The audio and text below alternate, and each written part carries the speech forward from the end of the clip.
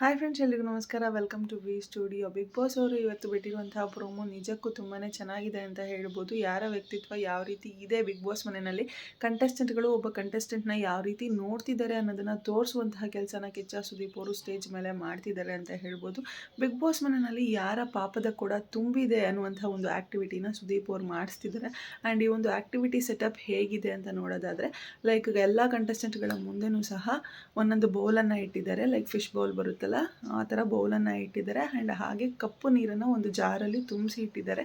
So ಆ ಕಪ್ಪು ನೀರನ್ನು ತಗೊಂಡೋಗಿ ಯಾರ ಪಾಪದ ಕೊಳ ತುಂಬಿದೆ ಅಂತ ಅನಿಸುತ್ತೋ ಕಂಟೆಸ್ಟೆಂಟ್ಗಳಿಗೆ, ಅವರ ಒಂದು ಬೇರೆ ಕಂಟೆಸ್ಟೆಂಟ್ಗಳ ಒಂದು ಬೌಲ್ಗೆ ಸುರಿಬೇಕಾಗಿದೆ ಆ ಒಂದು ಕಪ್ಪು ನೀರನ್ನು. ಈ ರೀತಿಯಾದಂತಹ ಒಂದು ಆ್ಯಕ್ಟಿವಿಟಿನ ಮಾಡಿಸ್ತಿದ್ದಾರೆ.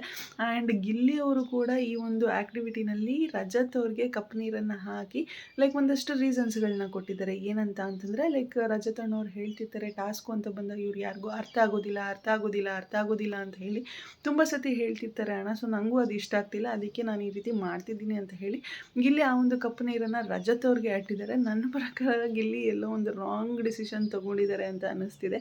ಯಾಕೆ ಅಂತಂದರೆ, ಲೈಕ್ ಗಿಲ್ಲಿ ಜೊತೆ ಯಾರೂ ಇಲ್ಲ ಅಂತಂದಾಗ, ಗಿಲ್ಲಿಗೆ ಯಾರೂ ಸಪೋರ್ಟ್ ಮಾಡ್ತಿಲ್ಲ ಅಂತಂದಾಗ ಗಿಲ್ಲಿ ಜೊತೆ ನಿಂತ್ಕೊಂಡಿದ್ದೆ ರಜತ್ ಅವರು. ಲೈಕ್ ರಘು ಅವ್ರನ್ನ ತುಂಬಾ ಹಚ್ಕೊಂಡಿದ್ರು ಗಿಲ್ಲಿಯವರು.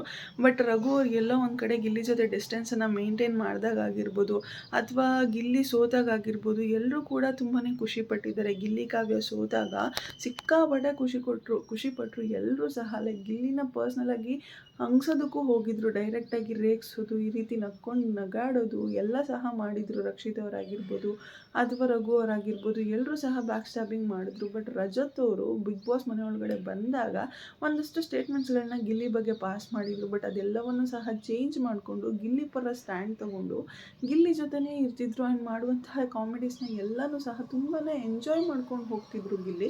ಬಟ್ ಈ ನಡುವೆ ಗಿಲ್ಲಿ ಯಾಕೋ ರಜತ್ ಅವ್ರನ್ನ ತುಂಬ ಪರ್ಸ್ನಲಾಗಿ ಟಾರ್ಗೆಟ್ ಮಾಡ್ತಿದ್ದಾನೆ ಅಂತ ಅನಿಸ್ತಿದೆ. ಗೊತ್ತಿಲ್ಲ, ಇದೊಂದು ಸ್ಟ್ರಾಟಜಿ ಆಗಿದ್ರೂ ಸಹ ಆಗಿರ್ಬೋದು. ವಿಲನ್ ಅಂತ ಬಂದಾಗಲೂ ಕೂಡ ಗಿಲ್ಲಿ ಅವ್ರಿಗೆ ಕೊಡ್ತೀನಿ ಅಂತಲೇ, ನಾಮಿನೇಷನ್ಸ್ ಅಂತ ಬಂದಾಗಲೂ ಕೂಡ ಗಿಲ್ಲಿ ರಜತ್ ಅವರ ಹೆಸರನ್ನೇ ತೊಗೊಂಡು ರಜತನ ಸ್ವಿಮ್ಮಿಂಗ್ ಪೂಲ್ಗೆ ತಳ್ಳಿರ್ತಾನೆ. ಒಂದಷ್ಟು ರೀಸನ್ಸ್ಗಳನ್ನ ಕೊಟ್ಕೊಂಡು ರಜತನ್ನು ತೊಗೊಂಡು ಗಿಲ್ಲಿ ರಜತನ್ನು ತೊಗೊಂಡು ಸ್ವಿಮ್ಮಿಂಗ್ ಪೂಲ್ಗೆ ತಳ್ಳಿರ್ತಾನೆ. ಲೈಕ್ ಗಿಲ್ಲಿ ನನ್ನ ಹತ್ರ ಇದ್ದಾಗ ಏನಾದರೂ ಈ ರೀತಿ ಮಾತುಗಳು ಆಡಿದರೆ ಕಪಾಳಕ್ಕೆ ಹೊಡೆದು ಸುಮ್ಮನೆ ಇರಿಸ್ತಿದ್ದೆ ಅವನ್ನ ಅಂತ ಹೇಳಿರ್ತಾರೆ ಒಂದು ಸ್ಟೇಟ್ಮೆಂಟ್ನ. ಜಸ್ಟ್ ಆ ಒಂದು ಮಾತಿನ ಬರದಲ್ಲಿ ಹೇಳಿದಂತಹ ಸ್ಟೇಟ್ಮೆಂಟ್ಗೆ ರಜತ್ ಅವ್ರಿಗೆ ನಾಮಿನೇಟ್ ಮಾಡಿರ್ತಾನೆ. ಆ್ಯಂಡ್ ವಿಲನ್ ಅಂತ ಬಂದಾಗಲೂ ಕೂಡ ಅದೇ ರೀತಿ ಮಾಡ್ದೆ. ಆ್ಯಂಡ್ ಇವಾಗಲೂ ಸಹ ಅದೇ ರೀತಿ ಮಾಡ್ತಿದ್ದಾನೆ.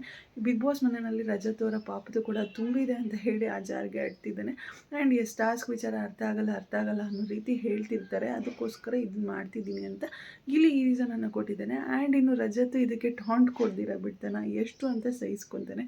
ಆ್ಯಂಡ್ ರಜತ್ ಹೇಳ್ತಿರೋದೇನು ಅಂತಂದರೆ, ಲೈಕ್ ನಾನು ಟಾಸ್ಕ್ ಅರ್ಥ ಆಗಲ್ಲ ಅಂತ ಒಂದಷ್ಟು ಜನಕ್ಕೆ ಹೇಳಿದ್ದೀನಿ. ಲೈಕ್ ನಾನು ಅದನ್ನು ಹೇಳಿರೋದು ಟಾಸ್ಕ್ ಆಡೋರಿಗೆ. ಬಟ್ ಇಲ್ಲಿ ಗಿಲ್ಲಿ ಟಾಸ್ಕೇ ಆಡೋದಿಲ್ಲಲ್ಲ ಅಲ್ವಾ. ಸೊ ನಾನು ಅವ್ನಿಗೆ ಹೇಳೇ ಇಲ್ಲ ಈ ಮಾತನ್ನ ಅಂತ ಹೇಳ್ತಾರೆ. ಗಿಲ್ಲಿ ಯಾವ ಟಾಸ್ಕ್ನು ಸೀರಿಯಸ್ ಆಗಿ ತೊಗೊಳ್ಳೋದಿಲ್ಲ, ಅವ್ನು ಟಾಸ್ಕು ಸಹ ಆಡೋದಿಲ್ಲ, ಅವ್ನು ವೇಸ್ಟ್ ನನ್ನ ಮಗ ಅನ್ನೋ ರೀತಿ ರಜತ್ತು ಟಾಂಗನ್ನು ಕೊಟ್ಟಿದ್ದಾರೆ. ಆ್ಯಂಡ್ ಇನ್ನು ಗಿಲ್ಲಿ ಇದಕ್ಕೆ ರಿಪ್ಲೈಯನ್ನು ಸಹ ಕೊಟ್ಟಿದ್ದಾರೆ. ಅಣ್ಣ, ನಾನು ಬಂದಾಗಲಿಂದ ಆಡಿರುವಂತಹ 10 ಟಾಸ್ಕಲ್ಲಿ ಅಟ್ಲೀಸ್ಟ್ ಒಂದು 8 ಟಾಸ್ಕನ್ನು ನಾನು ಗೆದ್ದಿದ್ದೀನಿ. ಬಟ್ ರಜತ್ ಅವರು ಆಡಿದಂತಹ ಒಂದು ಟಾಸ್ಕನ್ನು ಗೆಲ್ಲಕ್ಕಾಗಿಲ್ಲ, ಒಂದು ಬಾಲ್ ತೊಗೊಂಬಂದು ಹಾಕೋಕ್ಕಾಗಿಲ್ಲ ರಜತ್ ಅವ್ರಿಗೆ ಅಂತ ಹೇಳಿ ಗಿಲ್ಲಿ ಟಾಂಗ್ ಕೊಟ್ಟಿದ್ದಾನೆ. ಆ್ಯಂಡ್ ರಜತ್ ತುಂಬಾ ರ್ಯಾಶ್ ಆಗಿ ಮಾತಾಡ್ತಿದ್ದಾರೆ. ಅಲ್ಲೂ ಕೂಡ ಯಾರ್ಯಾರು ನನಗೆ ಈ ರೀತಿ ಮಾತಾಡ್ತಿದ್ದೀರೋ, ಯಾರ್ಯಾರು ನನಗೆ ಈ ರೀತಿ ಕಪ್ಪು ನೀರನ್ನು ತಂದು ಹಟ್ತಿದ್ದೀರೋ ಅವ್ರನ್ನೆಲ್ಲ ಬಿಗ್ ಬಾಸ್ ಮನೆಯಿಂದ ಆಚೆ ಕಳಿಸಿನೇ ನಾನು ಆಚೆ ಹೋಗೋದು ಅಂತ ಹೇಳಿ ರಜತ್ ಅವರು ಅವರ ರೀತಿಯಲ್ಲಿ ಆದಂತಹ ಒಂದಷ್ಟು ಡೈಲಾಗ್ಸ್ಗಳನ್ನ ಹೇಳಿಕೊಂಡು ಟಾಂಟ್ ಕೊಟ್ಟಿದ್ದಾರೆ ಅಂತ ಹೇಳ್ಬೋದು. ಆ್ಯಂಡ್ ಗಿಲ್ಲಿನೂ ಏನು ಸುಮ್ಮನೆ ಇಲ್ಲ ಗುರು, ರಜತ್ ಅವ್ರು ಕೊಟ್ಟಂತಹ ಟಾಂಟ್ಗೆ ತುಂಬ ಚೆನ್ನಾಗಿ ರಿಪ್ಲೈಯನ್ನು ಕೊಟ್ಟಿದ್ದಾನೆ. ನಿನ್ನನ್ನು ಕಳಿಸಿನೇ ನಾನು ಆಚೆ ಹೋಗೋದು, ಆ್ಯಂಡ್ ಈ ವಾರನೇ ನಿನ್ನನ್ನು ಕಳಿಸ್ತೀನಿ, ನೋಡ್ತಾ ಇರು ಅಂತ ಹೇಳಿ ಗಿಲ್ಲಿ ಕೂಡ ಟಾಂಟ್ ರಜತ್ ಅವ್ರಿಗೆ ಕೊಟ್ಟಿದ್ದಾನೆ. ಆ್ಯಂಡ್ ಅಶ್ವಿನಿ ಅವ್ರಿಗಂತೂ ತುಂಬಾ ಖುಷಿ ಆಗ್ತಿದೆ. ಆ್ಯಂಡ್ ಗಿಲ್ಲಿ ರಜತ್ಗೆ ಕೊಡ್ತಿರುವಂತಹ ಟಾಂಟ್ಸ್ಗೆ ಜೋರಾಗಿ ಕ್ಲಾಪ್ಸ್ ಹೊಡಿತಿರೋದು ಅಂತಂದರೆ ಅದು ಅಶ್ವಿನಿ ಅವರು ಅಂತಲೇ ಹೇಳ್ಬೋದು. ಸೊ ಈ ವಾರದ ಒಂದು ಫಸ್ಟ್ ಪ್ರೋಮೋ, ಈ ವಾರ ಅಲ್ಲ ಇವತ್ತಿನ ಒಂದು ಫಸ್ಟ್ ಪ್ರೋಮೋದಲ್ಲಿ ಇಷ್ಟೆಲ್ಲ ಅಪ್ಡೇಟ್ಸ್ಗಳು ಸಿಕ್ಕಿದೆ.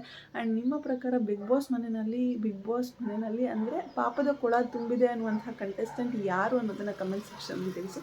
ಆ್ಯಂಡ್ ನನ್ನ ಪ್ರಕಾರ ಬಿಗ್ ಬಾಸ್ ಮನೆಯಲ್ಲಿ ಪಾಪದ ಕೊಳ ತುಂಬಿರುವಂತಹ ಕಂಟೆಸ್ಟೆಂಟ್ ಅಂದರೆ ಅಶ್ವಿನಿ ಅವರು, ಸ್ಪಂದನ ಅವರಾಗಿರ್ಬೋದು. ಅಂದರೆ ನಾಮಿನೇಷನ್ಸ್ ಆಗಬೇಕು, ನಾಮಿನೇಷನ್ ಆಗಿ ಬಿಗ್ ಬಾಸ್ ಮನೆಯಿಂದ ಹೊರಗಡೆ ಹೋಗಬೇಕು ಅನ್ನೋಂಥ ಕಂಟೆಸ್ಟೆಂಟ್, ಆ ಒಂದು ಮೈಂಡ್ ಸೆಟ್ಟನ್ನು ಇಟ್ಕೊಂಡು ಹೇಳ್ತಿದ್ದೀನಿ ಅಷ್ಟೇ.